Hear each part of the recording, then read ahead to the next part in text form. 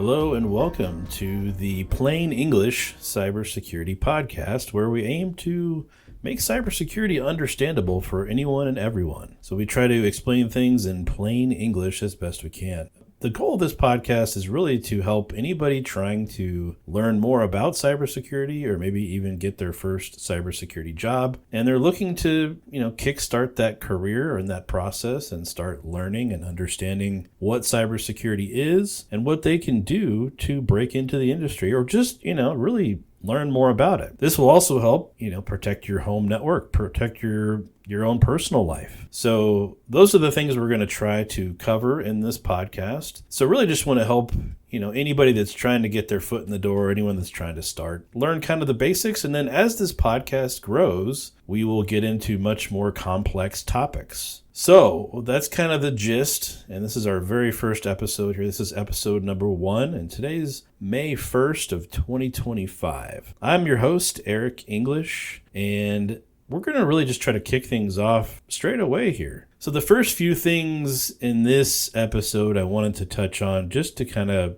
get some of the basics going. What is cybersecurity? That's probably the most, general question that you can ask. And in a nutshell, cybersecurity is protecting computer assets, whether that's an IT device, an IoT device, or an OT device. Well, what is IT? Information technology. That could be a computer. That could be a printer. That could be anything like that. IoT is the Internet of Things. So your smart cameras, any other kind of smart home equipment, those would be considered IoT. And then just OT is operational technology, and that's typically what you'd find in a warehouse type setting with conveyor systems and PLCs and fun stuff like that. So cybersecurity is a way to protect all of those things, right? From hackers, from threats. And we're going to dive into, the CIA triad as well. No, this isn't the government agency, the CIA. This is specific to cybersecurity. But we want to first lay out what is cybersecurity, right? So we're trying to just protect our systems from any kind of hackers, threats of any kind, right? Make sure those systems are up and running, make sure those systems are available and online. So that's where the CIA triad kind of comes into place. CIA stands for confidentiality. So basically data protection. So making sure that your data that you have is safe, it's staying confidential when needed. And you can break that down even further to say, hey, this data here is not really all that confidential, but this other data over here, now that's really confidential. So you can classify your data in similar ways and say, hey, we want to classify this data as confidential. And this other data over here, that's just kind of public data. So that's where the confidentiality comes into play. You've also got integrity. So that's CI. I is for integrity. What does that mean? Integrity is really, it's the integrity of your systems. It's the integrity of your data, making sure that those systems are, not compromised in any way. And when I say a system is compromised, that means that a hacker, or the common term in cybersecurity is a threat actor. I don't really like that word or words, but the threat actors are, not in that system, right? You're ensuring the integrity of that system by saying, nope, it is free of any kind of malware or any kind of threats, right? So we're protecting the integrity of those systems. The A in the CIA triad is availability. So these are just making sure that your systems are available. They're online, they're up and running, all that kind of fun stuff. Because threat actors can try to disrupt your operations, try to disrupt your network, try to disrupt your systems. And they can do this in numerous different ways, and we'll dive into those at a later date. But basically, you want to make sure that your systems are online so that your business can operate effectively. Now, the same thing could be said for your personal life too, right? We've all got Social Security numbers. We've all got tax documents that we receive in the mail. We've all got digital copies of sensitive or confidential information, right? Well, similar kind of thing for your home life and your personal life. You'd want to protect that data. If it's confidential, if it's your Social Security number, if it's your tax information, anything like that, you want it to be protected, right? So how do you protect that is a whole nother can of worms, and we will get to that in later episodes. But similar kind of thing, though. You want to make sure that your home systems are free of any kind of threats or any kind of malware so that you can confidently use your computer and say, nope, I'm safe. My computer is safe. I know that the integrity of my home computer is good. There's no threats on here. There's no bad guys on here. Nothing to worry about. And availability, in your personal life probably doesn't matter quite as much as it would in a business setting. However, you want to make sure your devices are available when you need them. So if I need to go pay a bill, I want my device to be available, whatever that device is. It could be your phone, it could be a laptop, a tablet, anything, right? You want that device to be available. And if there's some sort of threat or malware that's, taking down your device, well, it's no longer available, right? So you want to make sure that all those things are online and available when you need to use them. So again, CIA triad. You'll hear that a lot. Confidentiality, integrity, and availability is what the CIA stands for. It's not the government agency that we're all familiar with. This is specific to cybersecurity. So that's kind of, what is cybersecurity, right? That's the CIA triad is a big part of what cybersecurity is. We're trying to protect the confidentiality, the integrity, and the availability of our computer systems, of our networks, and of our data. Some other fun terminology, and some of the terms in cybersecurity are a little goofy if you ask me, but we use them anyway. There's one that I also don't like, similar to threat actors. I don't like that. I don't know why I don't like it. It's just such a weird thing to call a hacker. Why not just say hacker? I will refer to them as hackers on this podcast. I will typically not say threat actor. So just throwing that out there. And by the way, a threat actor or a hacker is just what you think it is, right? It's someone, typically the way this works, right? It's someone in a foreign country or someone remote from you, not physically near you. And again, this is most cases where they're trying to hack into your email account, your bank account, your whatever it is, right? They are in some faraway land or in their mom's basement, potentially trying to hack into anything and everything. So those are your threat actors. But really, they're just hackers, right? It could be a kid that just got internet access and he's learning, oh, hey, I can hack into this. That's kind of cool. So we call those script kiddies because you can go to all different kinds of websites and download malicious code and try to use it. GitHub is very famous for this type of thing. GitHub.com, you can go there. All different kinds of code repositories and things like that. And we'll dive into these in later episodes too. Again, getting back to some of the terminology that you'll hear in cybersecurity. So the CIA triad is really big. The threat landscape is another term that I don't really like, but basically what that is saying is, what types of threats are out there? What types of threats exist? What do I need to worry about? So they call it the threat landscape. They've got to make it sound fancy, right? That's the way it works. So the threat landscape is just any kind of threat to your confidentiality, integrity, and availability. So that could be malware. It could be a phishing attack. It could be a denial of service attack. So malware is malicious code that gets onto your computer that makes your computer do something you don't want it to do. And it may be doing something you don't even know it's doing. So that's malware. You'll hear software, right? Well, software is, standard software that we use like Microsoft Office, but then you have malware, which is malicious software. Phishing is, I think we're all pretty familiar with that, but it's when you get an email that is trying to lure you to do something that you probably shouldn't. So phishing emails are extremely common types of threats, and there's lots of others too. Denial of service, that's one where an attacker will bombard your system with traffic, with network traffic, and basically make it so bogged down with all this bogus network traffic that you can't even use the system. So they call that a denial of service. I'm flooding your system with so much junk, it's not even able to operate. So that would be where your availability comes in. So the threat landscape is far and wide. There's many, many, many types of threats out there. Those are just a small handful. But you'll hear those kinds of things. You'll also hear things like, vulnerabilities and exploits and risk. Risk is another massive word in cybersecurity.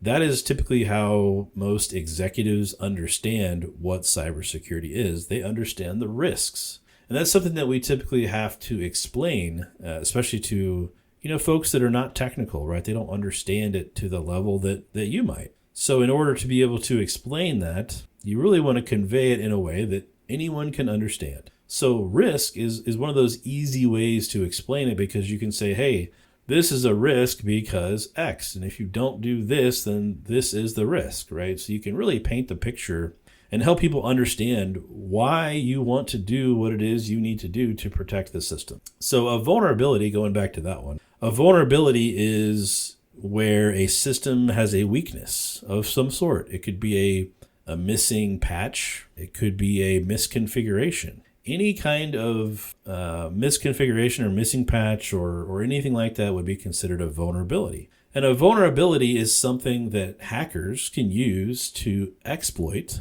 They can exploit that particular vulnerability, and by exploiting or taking advantage of that particular vulnerability, they are oftentimes able to take over your system and install malicious software and do all kinds of fun things that affect your confidentiality, integrity, and availability. So vulnerabilities, exploits, you'll also hear like, what is the attack vector? So when you're protecting your networks and protecting your systems, you want to try to think about it from a hacker's perspective. What could a hacker do? What is the vector or the method that an attacker would use to hack into your system? And then what can you do to stop it, right? So you want to try to, as best you can, you want to try to be ahead of the game and have as many layers in place or security layers in place that either limit the amount of damage done by a hacker or prevent it altogether, which is what everybody would prefer. Unfortunately, cybersecurity is, especially blue team cybersecurity. Well, I'll talk about that in a second. Blue team is playing defense, essentially. So you're the one that is trying to stop all the hackers from getting it. Well, that's a very reactive approach. And this is the unfortunate thing with cybersecurity nowadays, is a lot of it is just reactive. We are reacting to an attacker who tried to phish us. We are reacting to an attacker that, tried to, do a denial of service attack on us. We are reacting to all these different things, right? It's rare when you get to be proactive. Some companies are mature enough that they want to be proactive. That's great. But others don't really understand, again, the risk. So until one of these events, a cyber incident of some sort happens, until a hacker breaks into something, until you get phished, until there's a denial of service attack, whatever it is, until those things happen, the business often says, we don't understand, and we're not going to buy that really expensive cybersecurity tool that you want because we just don't get it. Then when that cyber event happens, all of a sudden the business now wants to react and say, we don't want that to ever happen again. Even though you've been telling them for months, this is a risk and here's how we can mitigate it. Oftentimes the business is still going to be reactive. So again, going back to blue team, you'll hear blue team, red team, purple team. Blue team is a defender. You're playing defense. You're trying to block the bad guys. You're trying to block the hackers from getting in. Red team is where, you are the hacker. You are trying to hack in. So penetration testing is typically considered red teaming in a way. There's a lot more that goes into it, and then purple team is where, the red team and the blue team work together in an attack scenario, and they learn from each other, right? And they say, hey, we're going to try to hack into this system. Blue team, you try to stop us. And you kind of see who wins. And so it's kind of this collaborative effort. So they call that purple team, when the offensive side of security and the defensive side of security work together and go through an attack scenario. So those are just some of the very, very high-level basics that we're going to dive way deeper into in further episodes. But also want to talk a little bit about, common threats to kind of expand on that a little bit more. But, we already talked about malware, malicious software. So that could be something like a virus. We've probably all heard of a virus, similar to how the human body gets a virus. You get sick, right? Because your body's like, oh, what is this? And you don't feel good. Your body's fighting it off. Your body's playing defense. Well, it's very similar on a computer. The computer can get a virus. They've also got things called worms and Trojans and ransomware and all that kind of fun stuff. So a worm is something that worms its way from one system to another, infecting all those systems on the way. So a worm will initially affect one system, but then it'll worm its way to the next computer and it'll infect it, and then it'll worm its way to the next one and infect it, so on and so forth. Trojans are just another type of malware. And then ransomware is the really big one nowadays that you hear a lot about in the news. Ransomware is where an attacker or a threat actor hacks into one of your systems in some way, shape, or form. They gain access. And typically the process is when hackers gain access to a system initially. Let's say you've got a website and they hacked into the web server. Well, once they're in that one system, they try to gain access to other systems. And you can do this a lot of different ways, and we're going to get way deeper into that. But they call it pivoting from one system to another. You can also maybe call it worming, but you're not really an automated program. You're an actual hacker trying to pivot from one system to another or hack into another system and gain access to as many systems as you possibly can. Once the hacker has gained access to multiple systems, what they try to do then is steal data. You'll hear the word exfiltrate. It's kind of the fancy word for stealing data. They're exfiltrating data. And typically what they're doing is they're uploading that data to some, repository on the web where they're going to go and try to sell it if you don't pay the ransom. And then the third step typically is once they've exfiltrated your data or stolen your data, they are going to encrypt your system. And when your systems are encrypted, they are basically useless. They are 100% encrypted. All you will see is just a bunch of encrypted files on your computer desktop, and there's nothing you can do until you either restore your computer from a backup or pay the ransom, which is not recommended. But unfortunately, some businesses decide to pay the ransom because they maybe don't have backup. Another target for these ransomware hackers is they'll try to infect and encrypt your backups. So that way you cannot restore a backup. And so you're kind of left with this conundrum of you can pay this ransom because the ransomware hackers will say, hey, if you give us $1 million, we'll decrypt all your files for you and we won't sell any of the data that we stole from you. It's a very nasty practice, but ransomware is the big thing nowadays. You'll also hear a term called social engineering. And social engineering is nothing more than tricking somebody. It's playing a game on somebody where you trick them into doing something or believing something that isn't true or that they shouldn't be doing. In other words, a phishing email. So if you send someone a phishing email that says, hey, click this link to view these cool pictures of these cats, and someone clicks on that link, and the next thing you know, your computer is infected. So phishing is a part of social engineering. So you'll also hear terms like pretext calling.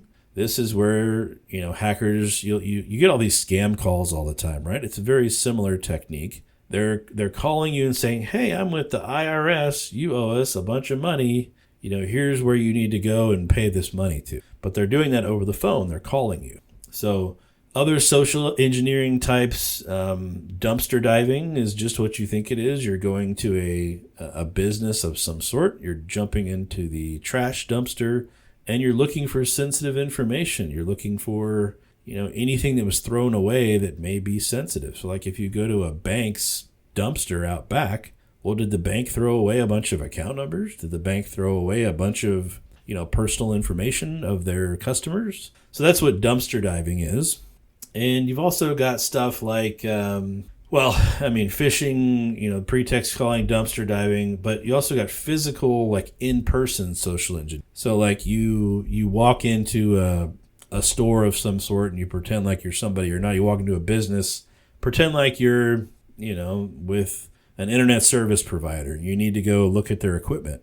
And if they let you into the back, then you can plant malware, right? You can plant another device that gives you remote access to that network, right? So there's also the in-person social engineering where you're physically going somewhere, you're pretending you're somebody that you're not, trying to gain access and then, plant some sort of malware or some sort of device to give you remote access to that network. So that's the social engineering side.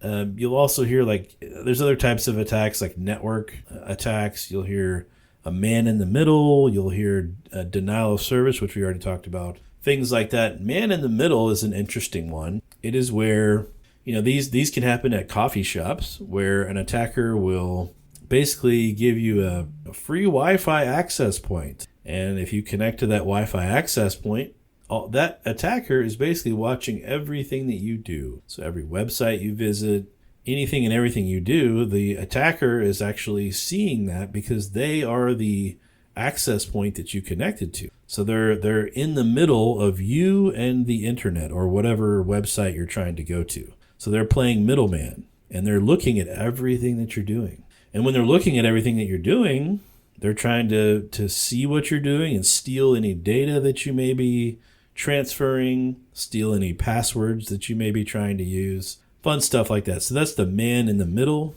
type of attack. Denial of service, we already talked about. It's just a flooding of a system so that it's unusable.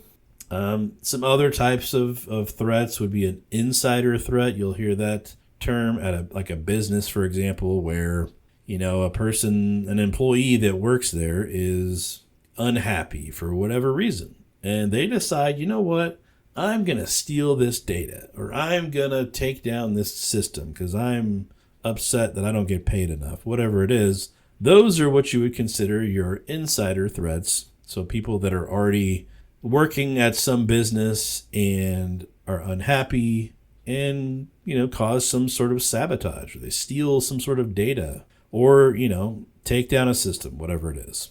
So those are a few examples of, common threats and attacks and fun stuff like that. So I'm going to stop there. I know it's a lot of information for the very first episode. I don't want to go too crazy on the first one. There's plenty more to get to. I think as we step through all of these, we're just going to get more and more complex and talk about, a lot more technical topics. But we want to start small. Start with the basics like the CIA triad and basic terminology and stuff like that, and then slowly work our way up to other super technical attacks and things like that. So anyway, that's it for this week's show. Appreciate everybody listening, and we'll get another episode out there next week just as soon as we can. Thanks for listening.